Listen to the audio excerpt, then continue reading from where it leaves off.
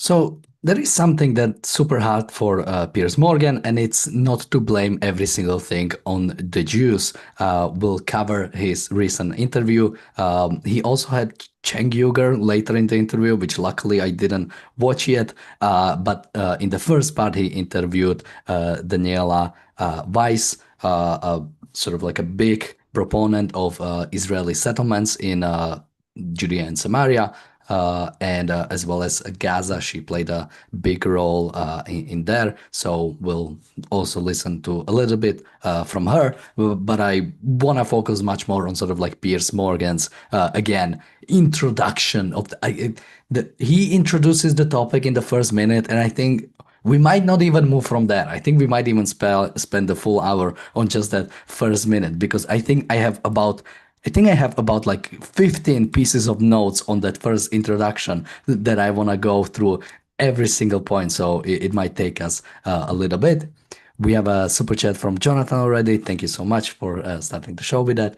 Joining me today on the reality show are Marco Richard and ER Reichel. Thank you guys for joining me today. And we could probably jump right into it, but I'll just go quickly to ER if he has any opening thoughts on this, and especially about somebody who lives in Israel, about the Daniela Weiss.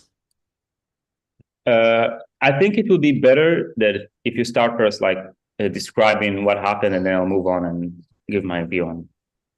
Okay, so let's then watch the video already, and yeah, we can already go into this.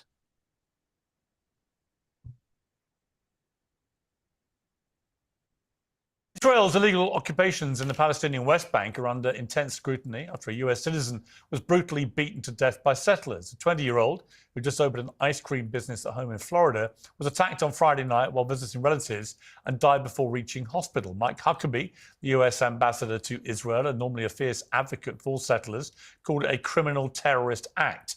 The West Bank is 50 miles from Gaza and separated by uncompromising Israeli checkpoints. But violence has surged since October the 7th. Netanyahu's government has been expanding its occupation ever since, and the UN estimates that 1,000 Palestinians have been killed. Settlements have been a major barrier to peace for decades in the region. Most countries agree they are illegal, but many religious Israelis believe they have a divine right to be there. The current Israeli government is often accused of using the most aggressive settler groups as a proxy force for shrinking the Palestinian state, an issue highlighted in a recent documentary by Louis Theroux. Okay, so this was the first part, and actually while listening to it, I found a few more things that I didn't even notice the first 3 times I listened to it. So I'll make a note of that. Okay, let's just go point by point. Sort of. So he mentioned. So he talked about, of course, illegal occupation. He talked about Palestinian West Bank, and he he brought up those 2 things. Let's cover those. Let me go to you, ER. I mean, again, calling the Israeli presence in Judea and Samaria occupation. What does that even mean? What do you make of that? And also calling it Palestinian West Bank. I'm going into history, and I don't see one situation where so-called Palestinians were ruling over so-called West Bank. So I have no idea what he's even trying to refer to there. Yeah, so I think what he's doing here, like when I look at it epistemologically, is context dropping. And let's talk about, for example, occupation. So first of all, he has this intrinsic view on occupation, detached from reality, that occupation is always a bad thing, period. It should never be occupation. And this implies that, like, he has some racist view about certain races should have sovereignty on certain parts of the globe based off, I don't know. And what's actually happening here is that this area was ruled, Judea and Samaria was ruled by Jordan, and it was occupied by Jordan in 1960s, occupied by Israel from Jordan in 1967 as part of Israel's self-defense. And there was a population of Arab people there who later adopted the idea and the political movement of Palestinism. And until the adoptions of those ideas, basically the military ruled this area and things worked quite well. Israel was basically, by its military, since they've not yet annexed the area, have been granting the people there proper individual rights. And since the starting of the Palestinian movement and the first Intifada in the 80s, basically the Arabs went with the so beloved Western idea of races have rights to certain geographic places based on arbitrary decisions, and have started basically to murder Jews all over the place. And when Piers addresses this area as occupation, well, yeah, there is occupation there in a sense, even though Israel did allow the so-called Palestinians to govern themselves in Judea and Samaria, so they are self-governing, but Israel is maintaining security there based on the fact that Israelis and Jews are being attacked. And I think Israel has made a mistake. Israel should have annexed the area and put an end to it, but Israelis are like, in this sense, there is a lot of cowardice in Israel. And now we're paying the price because, yeah, Piers is saying, oh, there's an occupation there, and with all the implications, and he's calling it the West Bank for no reason, because this name is irrelevant. This area for centuries is Judea and Samaria. It's basically Jerusalem and its surrounding, if you want to better imagine this.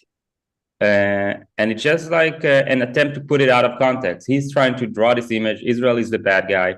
Israel is an evil occupier who just want to take over more and more land, even though this is like a place where Jews have purchased land legally over 100 years ago. And there is no reason to just take away their individual rights of living in land they've purchased. And there is no way to force Jews to accept an Arab tyranny that will persecute them. But that's what he wants to do, and he calls it liberation. Yeah, absolutely. Just to maybe put this or sort of mention it more properly, what he said, he called it illegal occupation. Now, every single occupation that Israel has done has been considered illegal. So again, it really feels like somebody in when UN was created in 48, somebody took a picture of the world and has said, this is how the world should look forever now. Like the Golan Heights are still considered illegally occupied. Golan Heights have been held by Israel longer than they have been held by Syria, yet are still considered illegal occupation. Now, unlike Judea and Samaria, as Yar mentioned, Golan Heights did get annexed and are sort of like full part of Israel, while Judea and Samaria haven't. Let me go to you, Marco, for your thoughts on this, especially, again, sort of language is a powerful tool. And again, calling it the Palestinian West Bank, by what standard can you even like say something like that? Unless you are straight up racist who believes because certain kind of people are living somewhere, somehow that gives them right to oppress everybody in that region, including their own people. Yeah, well, first of all, there wouldn't be illegal occupation if following the UN resolution and the declaration of Israel as a state in 1948, the Arabs around the area would not have attacked Israel itself. So there would be right now two states, an Israeli state and a whatever Arab state they choose to call, and that would be it. You would have two places living in peace. But no, the Arabs decided to go down the violence route and they haven't stopped since. So that's why Israel has been forced to occupy certain territory to make sure that violence is kept in check. And that's why the separation of the West Bank in areas following the controversial Oslo Agreement. So you have areas where Israel provides security, You've got areas where Israel works more or less in partnership with the Palestinian Authority. You can argue as much as you like how wrong this arrangement is, but that's the way it is. Had it not been for the Arab violence in the first place, we wouldn't be in the situation in the first place. But and then talking about Piers Morgan, I mean, the guy is not just showing what Yar mentioned about intrinsicism and those kind of stuff, but I mean, to talk about the uncompromising checkpoints, well, in his view of life, compromise is a good thing. The fact that the Israeli do not want, are quite adamant about the fact that they do not want violent people with weapons crossing into Israel from the West Bank. Yeah, call it uncompromising, but I think it's actually clever, and it's a way of protecting Israeli people from the violence coming in from the West Bank. Let's not forget that there are terrorist attacks all the time against Israeli in the West Bank. They happened all the time. It's not just October the 7th. They've been going on forever. And then, it also shows himself as a social metaphysician, really, by saying that most country call it illegal, therefore it's got to be illegal, isn't it? We go with a majority all the time. And the fact he uses Israeli the Palestinian adjective. I mean, Palestine is, made a point a number of times, is just a political factions that it was created by Arafat. It's a made-up population that was supposed to be used in order to bolster the demand for a state to be created.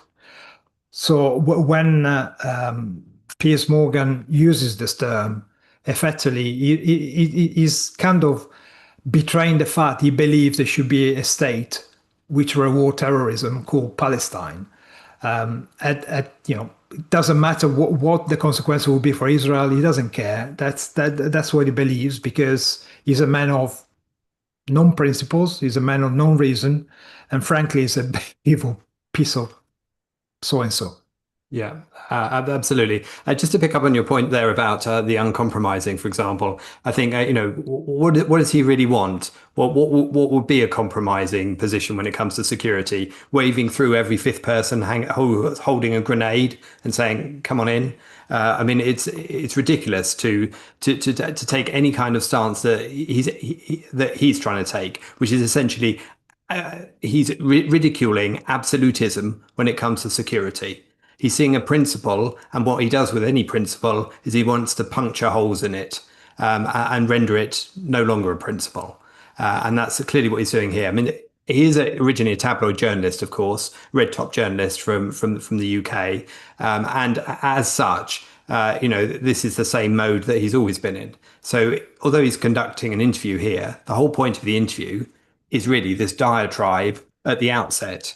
This set of points that he's trying to make at the outset, not what he can learn from the interview as we get into it, not what he can glean or fill in the details of, but he's simply somebody asserting an opinion, and I say asserting it in the way that a tabloid newspaper asserts an opinion. Often they have these sort of bold single adjectives or words, sometimes in capital letters in the course of an article. So those are the only words you're supposed to notice. And this is the equivalent of that, isn't it? You're only supposed to notice illegal, uncompromising, brutal, proxy.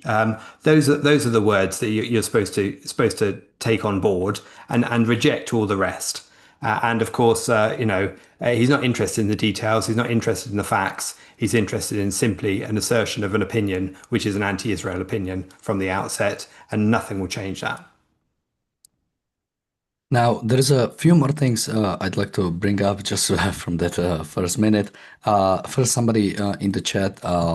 So on the thumbnail, I have settler violence in quotation marks. And the reason for that, because again, something that Piers Morgan mentioned is settlements being the obstacle to peace between Israel and so-called Palestine or between Israelis and again so-called Palestinians.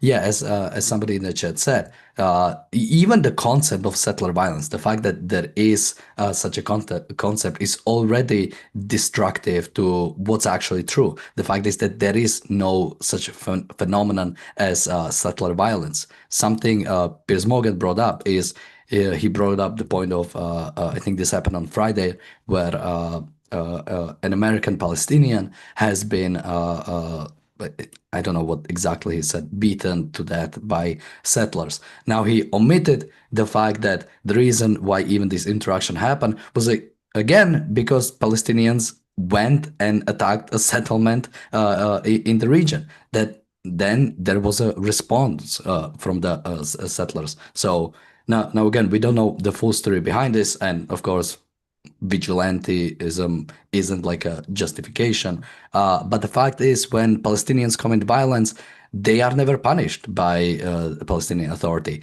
It's encouraged. They will get rewarded if they manage to kill Jews or hurt Jews. And even if they get arrested, they'll get even more rewarded. On the other side, when violence is committed by Israelis or again, even the concept settlers is problematic, but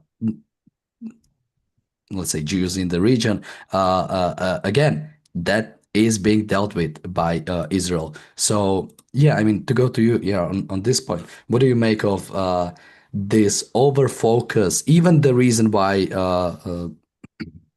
Daniela Weiss is here is to combat this so-called settler violence, or to combat settlers. But there's something even problematic about the concept, right? What do you mean? These are Israeli citizens who are living in Israel. This Area C is part of Israel. It's just what it is. So yeah, what do you make of this whole almost like propagandistic way of creating concepts? So first of all, I'd like to address a previous episode in the Ayn Rand Center UK show I've been at. It's 1474. It's called Genocidal Avocados, and it's from June 29, 2025. So after this live show, feel free to come. I'm regarding to around the 46 minutes mark, where I basically explain what is like the settlers, what is settler violence, why it is basically a blood libel against the Jews. And the gist of it is that basically Jews living in Judea and Samaria, which is Jews living in basically towns and neighborhoods surrounding Jerusalem, geographically speaking, they are not in an area that is recognized as Israel, and basically they suffer from like a dual anarchy. So I don't remember how I called it, but it's like half anarchy, half not anarchy. So when it's regard to their rights, to their defense against violence, they're in anarchy, because Palestinians can go and raid them and throw stones and shoot at them and return to the areas ruled by the Palestinian Authority. And as Daniel mentioned, they will not be persecuted by the Palestinian Authority. And if the Israeli military would manage to get them, which in many cases the Israeli military doesn't even try because of the sensitive political situation. And I'm not supporting of the Israeli military not trying, I'm just stating a fact. If they will be caught and trialed and put to prison, so the Palestinian Authority will basically send them a salary. So there is violence in what is called the West Bank. It is mostly violence set by and led by those who refer themselves as Palestinian, those who hold the ideology of Palestinism, which is a political movement to destroy Israel by military force and by diplomacy. And the Jews living there, basically, when they're being attacked, they have nobody to call. Like the army and the police doesn't really help them, and the reasons are, in a sense, Israel's moral cowardice, the politics of this area, the international pressure on Israel. So basically, they are left in a state of this anarchy, and unfortunately, they have to defend themselves on their own, and they don't have a state to delegate their right to self-defense to, like in where it's like how it should be. So that's a very tragic situation, and I don't want this to happen. I want Israel to annex the area, and Israel is, I guess, in a sense, they have a fear that if they'll annex the area, so Israel will be overthrown, but via democratic means. Those who follow Palestinism will vote against Israel as a state who respects human rights and turn it into a Sharia state. And the solution to that, as Ayn Rand shows, is that it shows that there is a problem with democracy. In a proper Western democracy, basically, a majority can turn the democracy into a dictatorship, a tyrannical regime. We see anti-freedom of speech law in the UK. We see, all around Europe, basically laws that are infringing liberties, infringing individual rights. And basically, it's a big flaw in democracy. And Israelis are worried that the Palestinians, that those who follow Palestinianism, will use their votes to turn this place into a Sharia state. By the way, the Israeli democracy already has Sharia courts due to the Arab population demanding it by democratic means.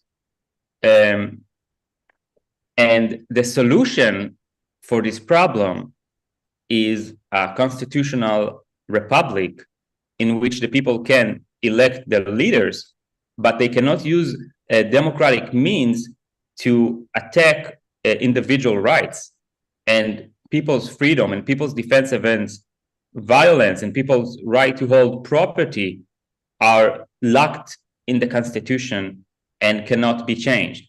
And I think this is the solution. If you ask me what is the solution is annexation and the installment of a constitution that will not allow no one to overthrow individual rights.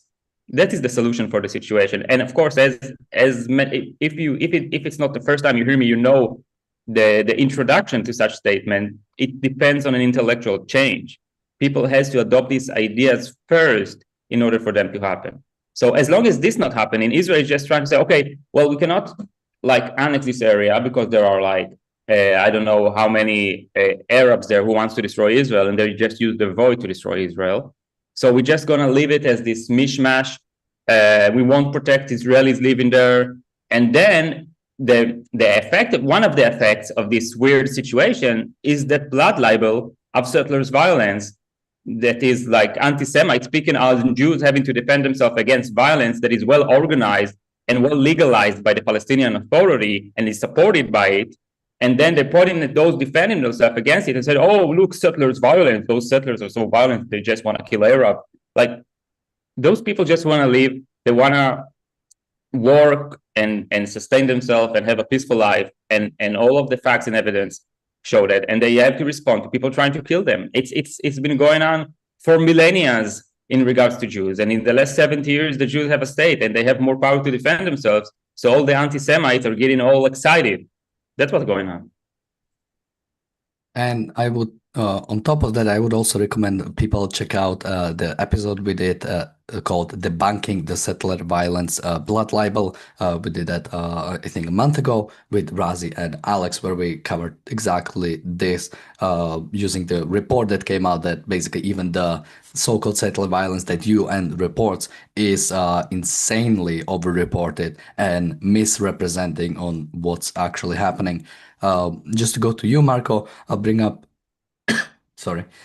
a few more things that we can cover. So first, again, this sort of dropping context of Piers Morgan, he said that the violence in the region has also,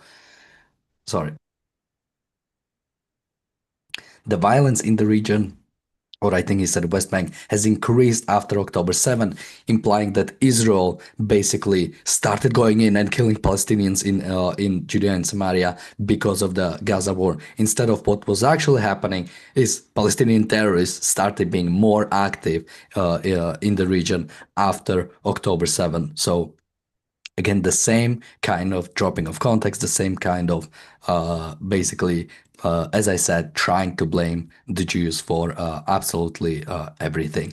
And one more thing I'll bring up so we won't have to go a bit further on just this 1 minute is he talked about that there are religious Israelis who believe in divine right to basically stay in this region, and you always see that one trying to portray all basically all Jews in the region as violent. Again, in Judea and Samaria, there's 500,000 Jews living in Judea and Samaria right now. So if all of them were violent, you wouldn't hear the end of it. There would no longer be any Palestinians if it was actually, as people say, no, they are largely peaceful. They are not even largely peaceful. They are peaceful. That's the end of it. Just because even in Western world, just because you have sometimes there is violence, you wouldn't say that that is a violent group. And yeah, trying to portray all of these people as like these religious fanatics that are, on some divine conquest. Now, there are some, I think Daniela Weiss is one of the people who does have sort of like a religious belief or justification for it. But yeah, this is not the standard. Marco? Well, obviously, like in every population, there's going to be a degree of irrationality. So you're going to have criminals in the Israeli state as well. But unlike everywhere else, they are dealt with by a more or less objective law. They are dealt with on a, like normal criminals. So anyone doing something wrong, something illegal, something criminal will be picked up and dealt with by the law. Things that doesn't happen on the other side. And it's quite interesting how the anti-Israeli, anti-Semitic Western world really is coming out in droves nowadays. It's become acceptable to accuse Israel of all sorts of stuff, and they are holding Israel to an impossible standard of morality, which they never question when it comes to the Arab side, because Israel is not perfect by any stretch of the imagination. However, it's not based on a theological idea. The Israeli state is a perfectly civilized and modern state, which is based on protection of the individual. Yes, it could be better, but as things stand, compared to what's around it, it's an oasis of freedom, isn't it? So why is it that Israel is always picked out as the one who's doing things wrong, the one whose people are not behaving properly?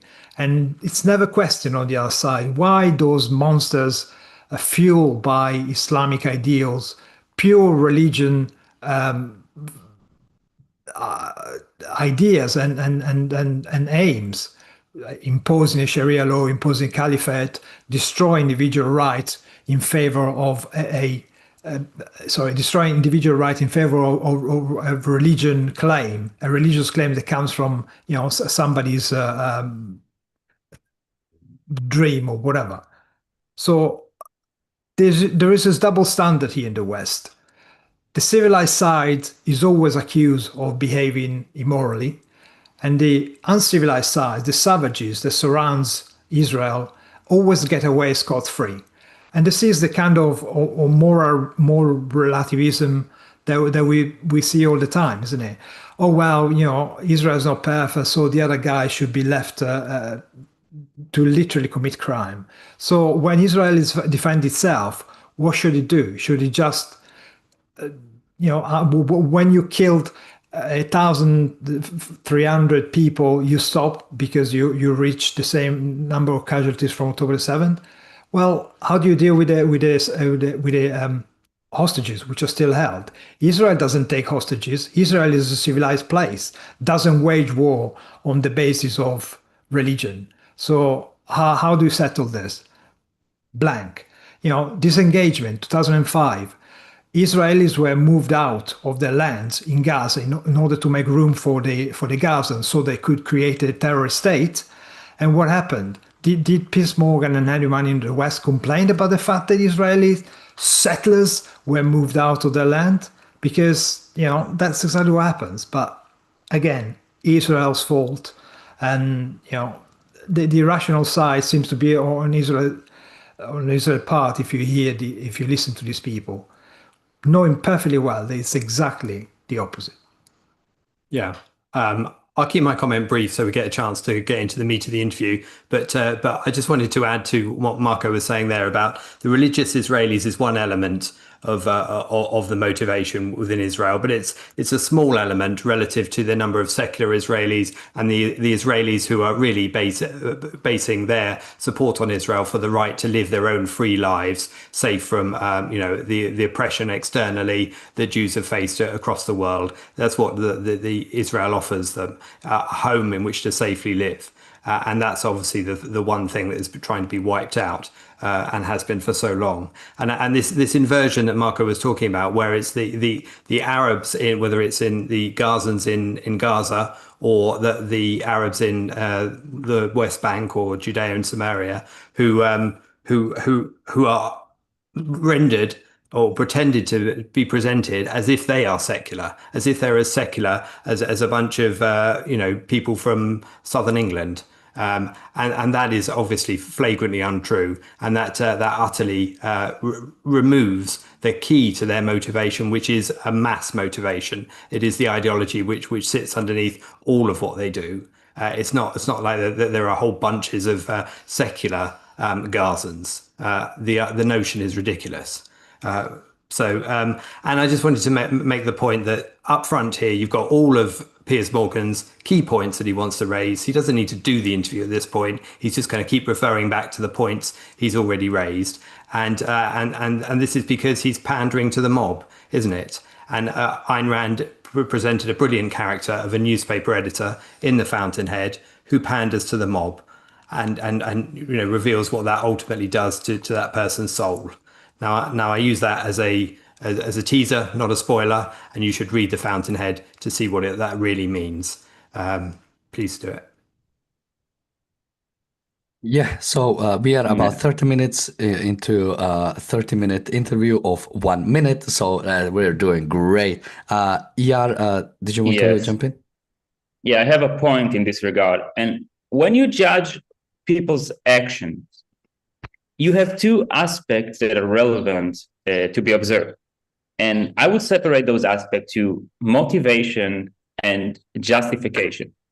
So motivation is the question why one acts as he does, and justification refers to is the thing he does is legitimate or not. So in the private level, when a man is minding his own business and harming no one, so it's legitimate regardless of his justification to his actions. When somebody starts a business and creates value, I don't care why he started that business. It could be religious motivation, it could be a rational motivation, it could be an irrational motivation. It doesn't matter. And in the political level, when you look at political entities, you judge them by the way they treat individual rights. You judge political entities with the question: are they trying to secure individual rights? Are they trying to protect freedom and liberty and property, or are they trying to enslave and rule other people by force and by destroying their individual rights? And now let's look at this question in regard to Zionism and Palestineism. So in Zionism, there are two major point of views within the Zionist movement. There are the secular Jews who says, okay, we need to create a place for Jews in which they will not be persecuted. And there is the religious Jews who said, we have motivation for such place to be in Israel. This is the land of our fathers. And they have also religious views on it and many views. And it doesn't matter.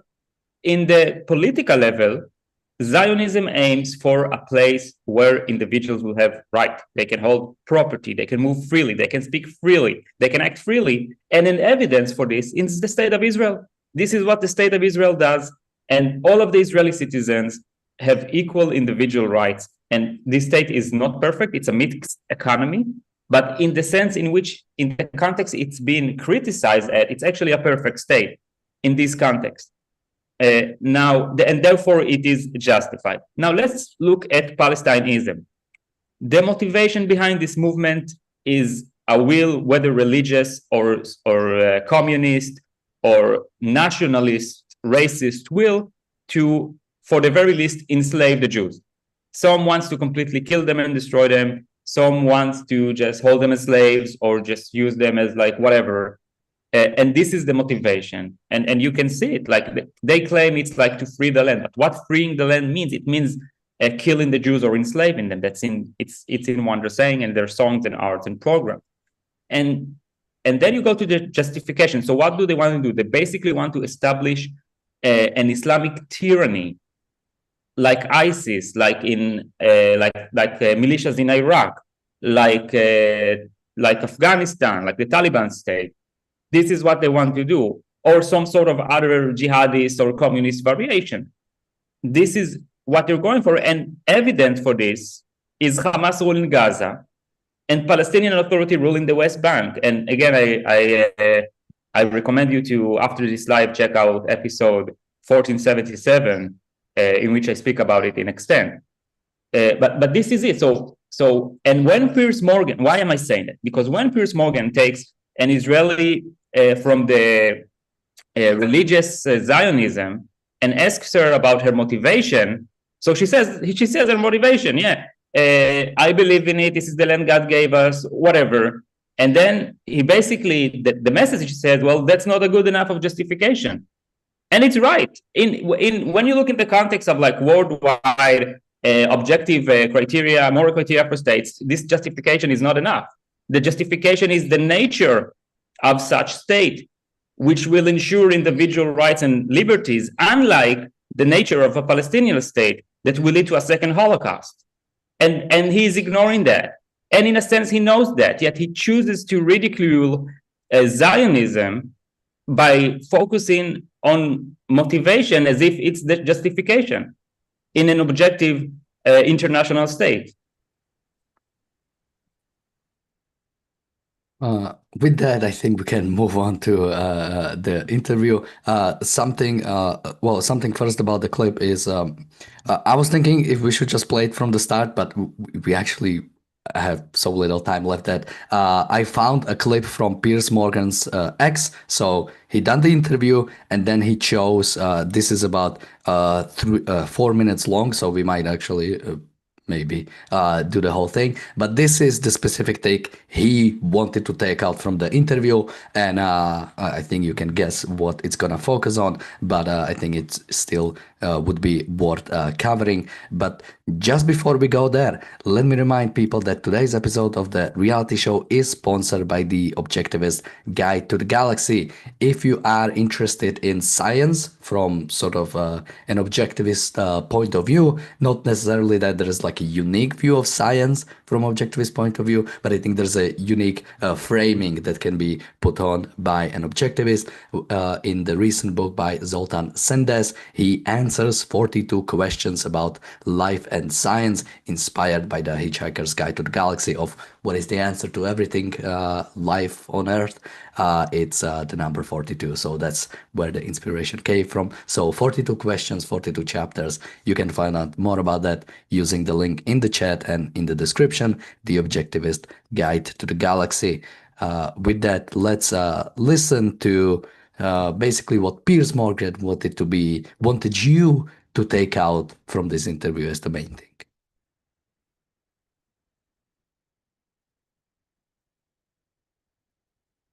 Thousand Palestinian children have now been killed since October the 7th in Gaza. I think that the Palestinians, as you said, I said Palestinians, the Gazans and all Arabs around should stop attacking Israel. Right, I just asked you how you felt about 20,000 children being killed by the IDF. So how do you feel about that? I think that the parents should be very careful before they teach the children to hate Jews and to kill Jews. No, that wasn't my question. That wasn't my question. Sorry to be persistent, but my question. That was your question. My question was, how do you feel? My question was, how do you feel? How do you personally feel about over 20,000 Palestinian children now being killed since October the 7th in Gaza? How do you feel about that? I think that Arabs, Gazans or Jordanians or Syrians, whoever, should be very, very careful with the way they educate the children. Yeah, that wasn't my question. Now, that wasn't my question. Many of them, Can you answer my question? Answer. That was my answer. So you don't to care? Your question. You have no thoughts about these children at all? You choose your questions, and I answer them of course. The way I believe is right. But just to be clear, you have nothing to say about 20,000 children being killed. Nothing at all. I have a lot to say about everything that happened as a result of the massacre of the 7th of October. I understand you care about Israeli Arabs children and who Gazans. died. Okay, so they'll go for a bit longer. I'm not sure actually how long this part goes on, but you see the same kind of tactic from Piers Morgan as always. What about the children? What about the children? What do you make of 20,000 children that, again, he said killed by the IDF, which is already sort of questionable. Even the fact that he has that number, I think 20,000 is not even the actual number that is currently sort of published at the United Nations Office for Coordination of Humanitarian Affairs. I think it's 18,000. But you know, when you can make it a big number, why not do so? I mean, it's propaganda number anyway, so it doesn't actually matter what it is. But I think the answer from Daniela Weiss was exactly right. It's you don't entertain these kinds of questions. It's Hamas has started the war. It's Palestinians who started this war and are continuing to fight it. As she said, they should stop teaching that kind of ideology to their children if they do not want this, the consequences of starting such wars. ER, what do you make of sort of like Piers Morgan's way of both conducting the interview and the fact that this specific clip is not from the interview, but it was taken out as Piers Morgan wanted this to be like the representation of the interview, as well as Daniela Weiss's answer. Well, I'd like to address that before he asked this question. He asked her, "What is your red line for Palestinian death, for Palestinian children death?" And why does he ask that? Well, he asked this to assert the implication that Israel just has to decide on a number of dead Palestinian, and that's like what's going on. Well, it isn't what's going on. What is going on is that the people who has the decision over this number is the Arabs in Gaza, those who are into the political movement of Palestinianism. And why is that? Because they have the choice when to overthrow Hamas, when to surrender, when to return their hostages. And as long as they're not doing that, they will keep dying. And that's a direct result and consequence of their choice to try to destroy Israel and hold Israeli hostages. And they love it. They're passionate about it. And there are many evidence for that. And when he asked her, well, what is the red line? He puts it on Israel, like Israel has to decide to stop, and then everything will be okay. Like, what the hell are you talking about?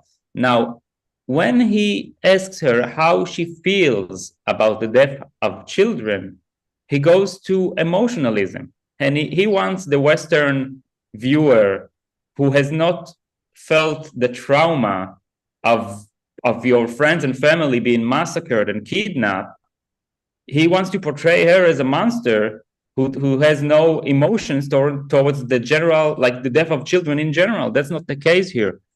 And she says it quite clear. I don't think she's doing it clearly enough. But what I would say, listen, I would say, first of all, I would how do you call it, diffuse the emotional mind. And I would say, and that's for real. I really think that. I think the death of children is a tragedy. Yet their parents are responsible for the tragedy. And if you want children to stop dying, you should fight Islamism, because that's the leading cause of children death, unnatural death of children in the current times is Islamism. They're sacrificing their children to kill Jews. So what do you want the Jews to do? To die? So they stop sacrificing their children? So this is horrible, the children are dying, but you cannot frame it on Israel as if they're morally responsible for the death of those children. The ones who bears the responsibility for the death of Arab children in Gaza is their Arab parents who support Palestineism and doing everything they can to destroy Israel. And she tried to explain it in the interview regarding Israel leaving Gaza in 2005. I don't think she did such a great job, but the point is right. Like, Israel left Gaza for altruistic reasons and says, okay, here, you want this country so much, you can have it, we're getting out. Please make a great place out of it. We're giving you money, we're giving you the whole place, we're letting you govern yourself, do whatever you want. And they have made a choice, a free choice based on Islamic tyrannical ideology, to turn this place into a tyranny that its number one objective is murdering all the Jews they can, and using their political force and resources and money and equipment and children, all dedicated to this one goal. And they did it in the most cynical way. They did it as such that, unlike the conflict with Iran, that the Iranian regime actually tries to survive and actually understands that killing their subjects, their citizens in this tyranny is not in their interest. Hamas and Palestinianism is a political movement built in the sense that they're educated to love death and appreciate death because it makes the Western world hate Israel even more. So they're like fans of death now in their nihilistic, jihadistic way of life. Mothers are proud of their children becoming shaheeds. Like, this is disgusting, horrible monsters. And Piers Morgan is serving this evil.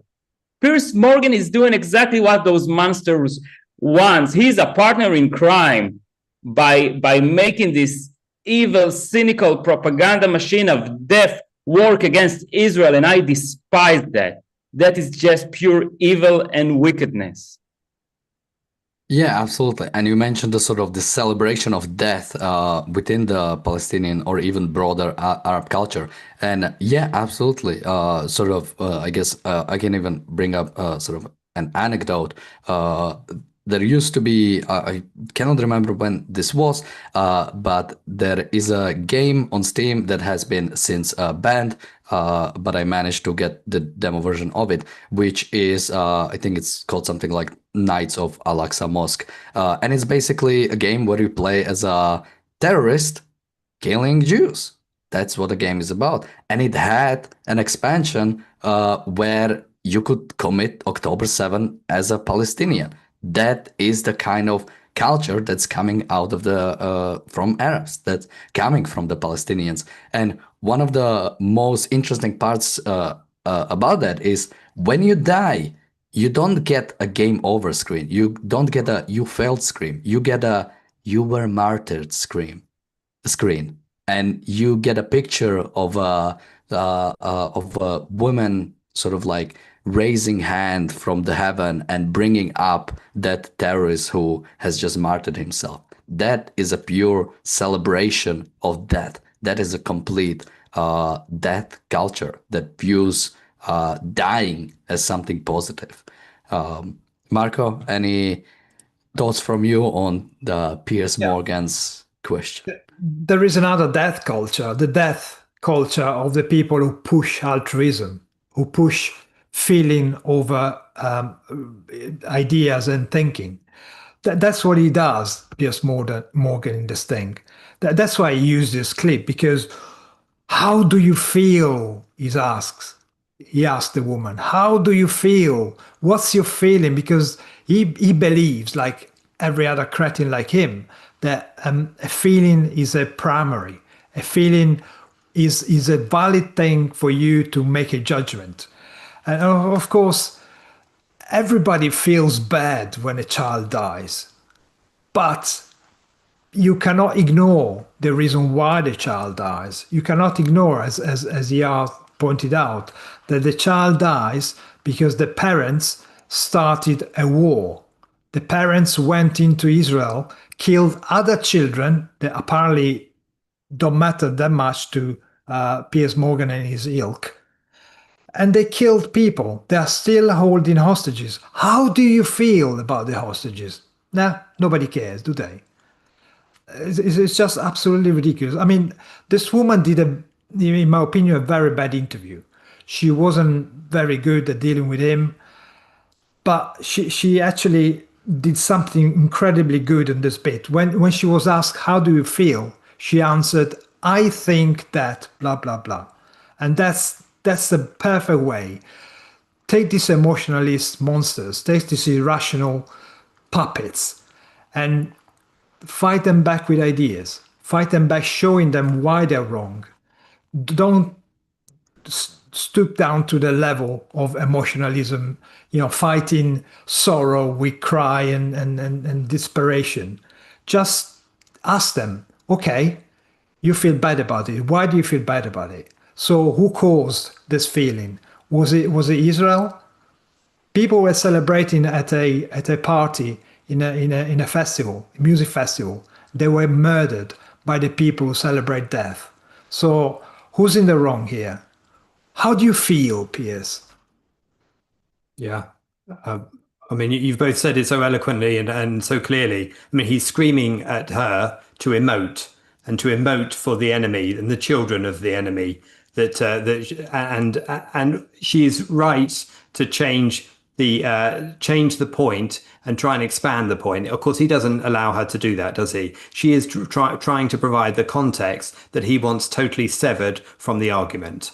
So any attempt that she makes to lay out the full context, which is that the Palestinians, the Gazans, started the war, is completely. She's not allowed to do it.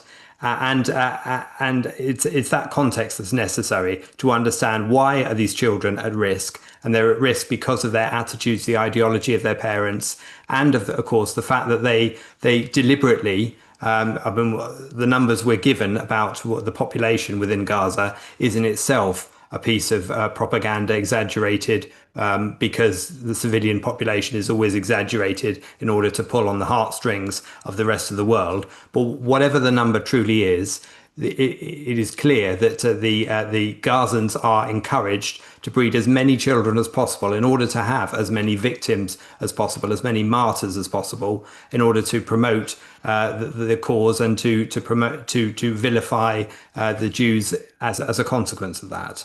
I mean, all of that's in what we've been seeing here. And one of the things that strikes me is that Piers Morgan has also interviewed people like the son of Hamas in the past.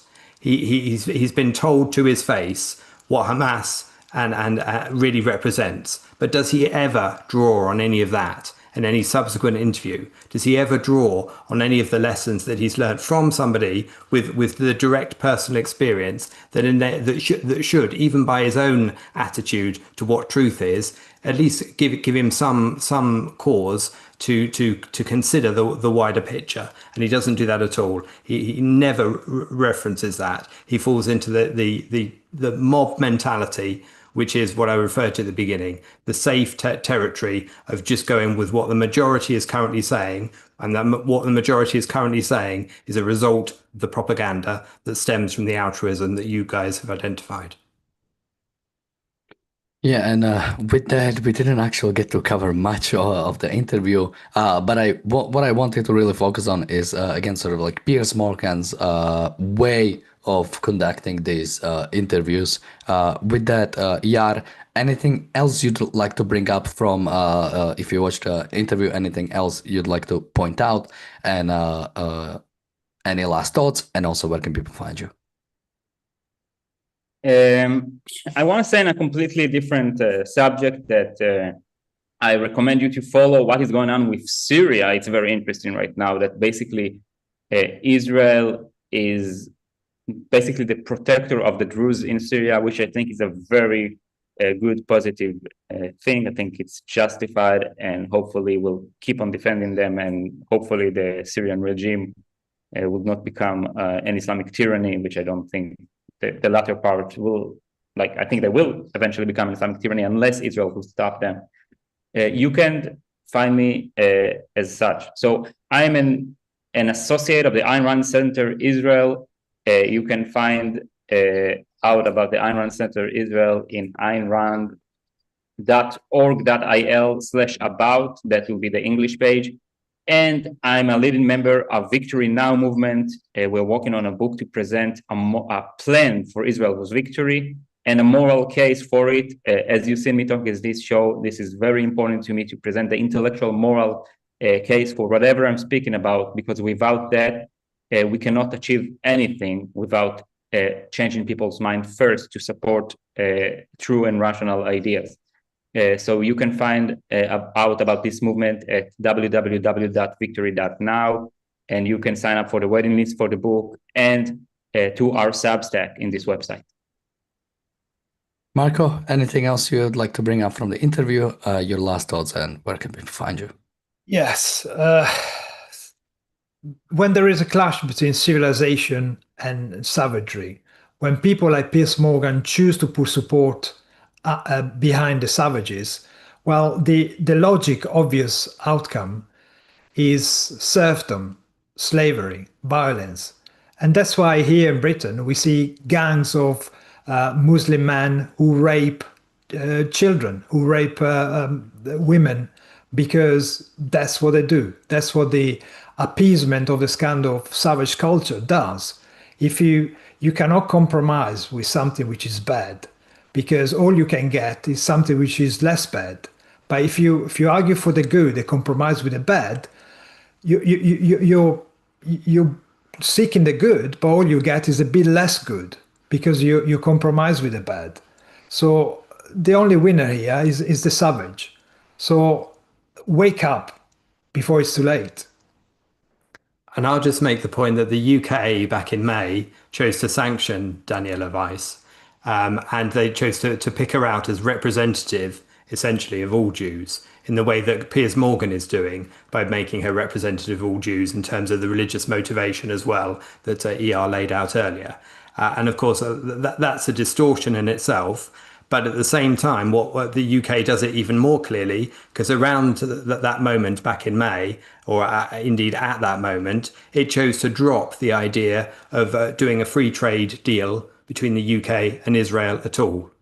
So it really is treating all Jews in the same category. It's not choosing to sanction one particular person in one particular manner. It's damning all Jews and the state of Israel as such.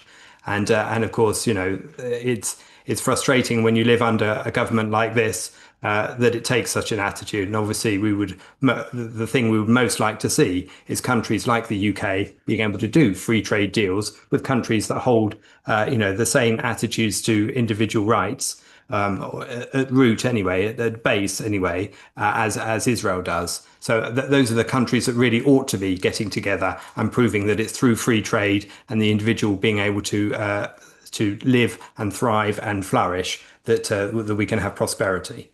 So in terms of where people can find us, you can check out the Briefly Objective, the sister channel to this on the YouTube network. So please check it out, Briefly Objective, for lots of short videos on all of the topics that we discuss in this channel. And with that, let me remind people again that today's episode of the reality show was sponsored by The Objectivist Guide to the Galaxy. Follow the link in the chat and in the description to find out more about it on Amazon. With that, thank you guys for joining me today. Thank you everybody for watching. We'll be back tomorrow with another episode of the Daily Objective as well as the reality show. Until then, bye-bye. Bye.